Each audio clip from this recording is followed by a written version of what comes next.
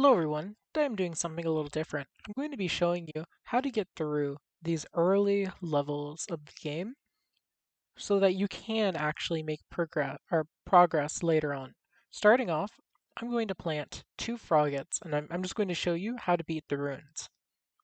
Surprisingly, someone actually told me that regular runes were too difficult for them, that this area was just way too hard. So let's actually go through, and I'm going to be trying to use very basic common towers, even if I get really lucky drops, because I'm hoping here that I can help people who are just crazy unlucky get through the game.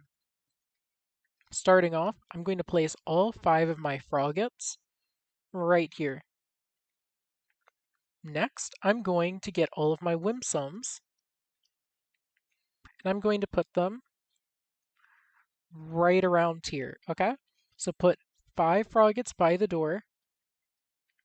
They will kill anything that comes out other than whimsums for the time being, and no whimsums appear for the first couple waves.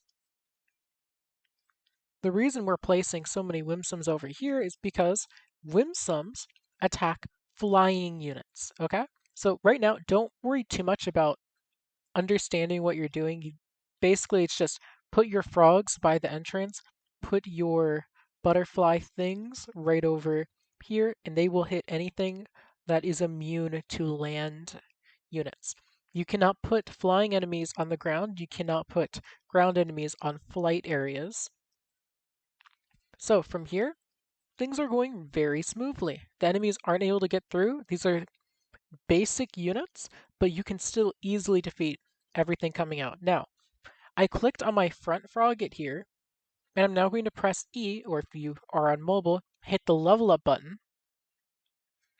And now my goal is to max out the frogget. Since I want to show you how to win without any benefits, I'll take Spider Donut whenever it appears. But if you take something like Pie, it'll raise your chances of winning since it makes your units attack more.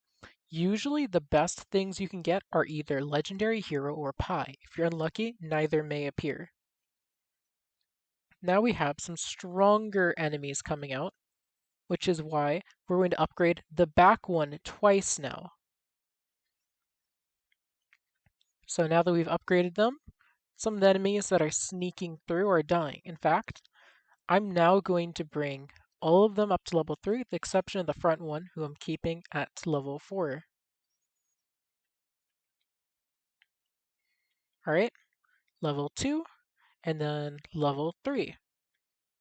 Don't worry about the whimsums, they can all stay level 1 right now. Level 2.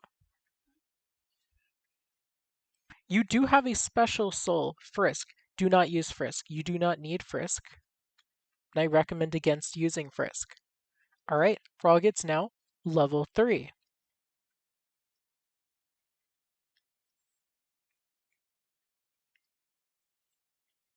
Now Luke's is coming out. Not a problem. You see, I'm going to not cut anything out because obviously I want you all to see every little thing I'm doing. But it's as simple as put the frogs by the door, nothing gets by them. Put the butterflies back there, nothing will get by them when they actually are necessary. All right. Now I'm going to max the front frogget. Okay. I want to get something that benefits me none. So I'm going to grab the stake. Let's see, I got bravery. Good to know. Now, instead of upgrading any of these further, actually, you know what? I'll max the second frogget too, because I do want 0 enemies getting by my froggets. But the whole purpose of this is to keep it as simple as possible. Eventually, you're going to max everything. There we go. Now the froggets are doing, these two are doing 75 each. I'm going to focus on maxing the whimsums now. The whimsums, instead of gaining high damage, mostly gain range when you upgrade them. The froggets, their cooldown goes up as you max them out, but the whimsums, their cooldown goes down once or twice, meaning they are more of sniper units, while these are more just melee units. Not a high range, as opposed to Whimsum over here, who has a huge range that just got bigger. Now, these are Whimsums. Since these are flying enemies, they are immune to being attacked by land enemies or land towers like Frogget. That's when these Whimsums here will deal with the incoming threats. As you can see, just taking simplest shots at Whimsum. This whole series is going to be solo. And the reason I'm doing it all solo is, again, I want you to know how to carry yourself. If you're someone who can carry you, great. But if you can carry yourself, then you'll never need help. All right. So that's one Whimsum max. I've brought this one Whimsum to level 5. The others are level 1. And then I have 3 level 3 frogs and 2 level 5 frogs. This is now a great time for me to bring this frog to level 4. There is a skip button. I'm not going to press it. Skipping will get you more money, but I'm not worried about it. So as you can see, Napstablook is slowly sneaking through the froggets, but Napstablook might die, depends. There we go, yeah. Napstablook didn't even make it past the froggets, which is exactly what you want. But our Whimsums would have taken care of Napstablook even if he did make it through. Alright, that begins the next intermission. This time around, I'm going to choose Snowman Piece, but I'm not going to place a 6 unit to simulate getting absolutely no advantages from my ticket. And now this Frogget's going to be brought up to level 5. Enemies are struggling to even leave their spawn. And you know what? I think this is a good time to bring these two to level 4, level 5, and then one more level 5.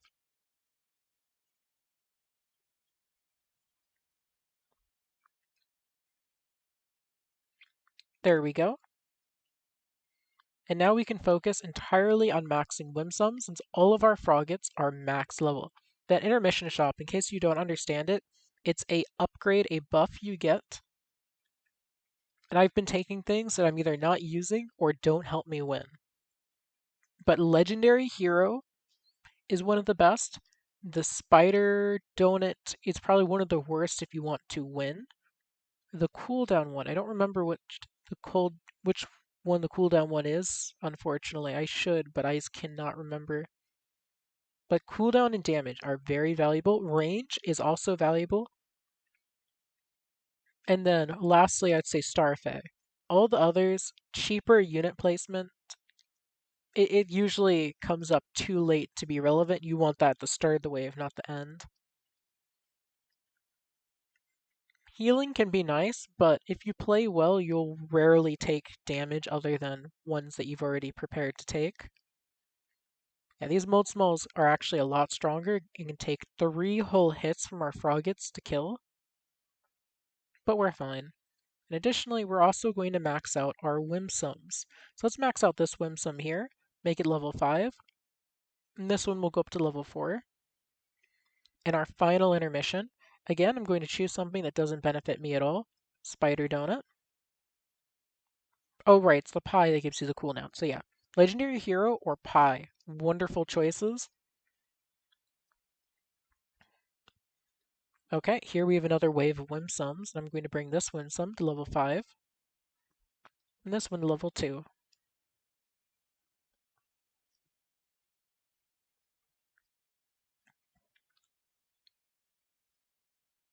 Okay, they're just going to fly on through. And then the Whimsums will start sniping.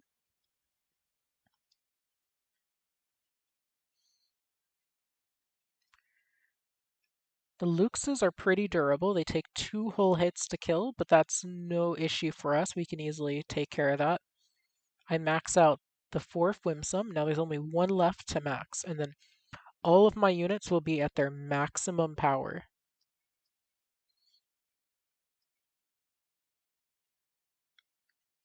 So Frisk is an interesting unit. Because it's a special soul, you have to make the unit stronger by using them and giving them money. They gain dust by attacking, so if you don't let your special soul unit attack, you put it in the back, it'll usually not get any dust. But then that also means your special soul unit might not be there when you need it, which is precisely why I'm saying don't worry about it for runes.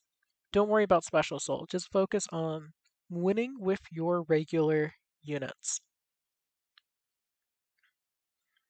Okay, so we're almost done. We just need to kill that Whimsum there. And then a few other enemies. We actually still need to wait for Toriel to come out. I could definitely place down Frisk here since I've maxed almost everything. I need to remember bringing it to level 5. It would not hurt at all to place Frisk, but I'm saying nope, no Frisk. If you're playing, please place Frisk when you've maxed everything and you don't have anything else to spend money on. But with this, we're finally going to encounter Toriel. Now Toriel comes out in a solo with 1957 health. This is going to make Toriel probably the strongest, the strongest enemy you'll have faced yet. But despite being so strong, Froggets just easily start ruining her. She's going to lose more than half her health from the Froggets. Let's see if we can get her down below 600. Okay, we got her down to 532. And each of these Whimsums will deal 53 a hit every 5 seconds. So every 5 seconds, Toriel will take 265, I believe. Right? 250. Yeah, 265 every 5 seconds. And then a little more math would tell you that that will kill Toriel, I believe, in 3 hits. Actually, maybe 2.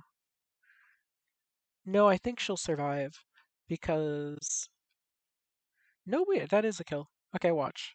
I think 2 waves of Whimsums will deal her in. Of course, it's not going to play out that way.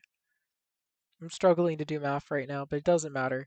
The Whimsums keep attacking her. They have huge range, meaning even if she went completely by the front, they can still get here to the side. These can shoot even further. In fact, the ones in the back can even, heck, even the ones in the front can shoot back here too. Toriel did not get to go far, and we got a new unit, Luke's. With that, you have now completed the runes, as that guide is fairly straightforward to follow. The next level to beat is, of course, Snowdin, but that'll be a separate guide.